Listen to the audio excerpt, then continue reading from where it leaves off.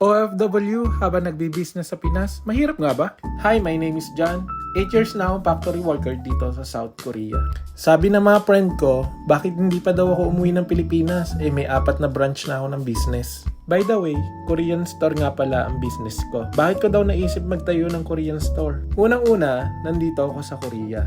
Advantage ko na nandito ako. Marami akong mga idea o mga produkto na pwedeng ipadala. Mahirap magnegosyo, lalo na pag nasa abroad ka. Pero naniniwala ako na walang mahirap para sa taong may pangarap. Sakripisyo talaga at mahabang pasensya ang kailangan pag nagnenegosyo ka. Pagod sa trabaho, 11 hours sa work, pagod, puyat at tiyaga ang puhunan. Saan ba't makakarating din tayo sa goal natin? Kaya naman sa mga OFW dyan na katulad ko na ayaw abutan ng pagkakalbo, sa mga gustong magsettle sa Pinas katulad ko, advice ko lang na isabay nyo na ang pagnenegosyo para kung sakaling hindi mag-click ang sinubukan nyo, hindi kayo agad masisiro. Pag nagsimula ka ng negosyo, hindi agad kikita. May panahon na mahina at malakas ang benta. Kaya pag na-experience mo ang hina ng negosyo, may mahuhugot ka pang suporta. Alam ko mahirap at maraming dahilan na pumipigil sa ating mga OFW na magsimula ng negosyo. Lalong-lalo na sa taong pagkakatiwalaan natin. Yun ang pinakamahirap hanapin.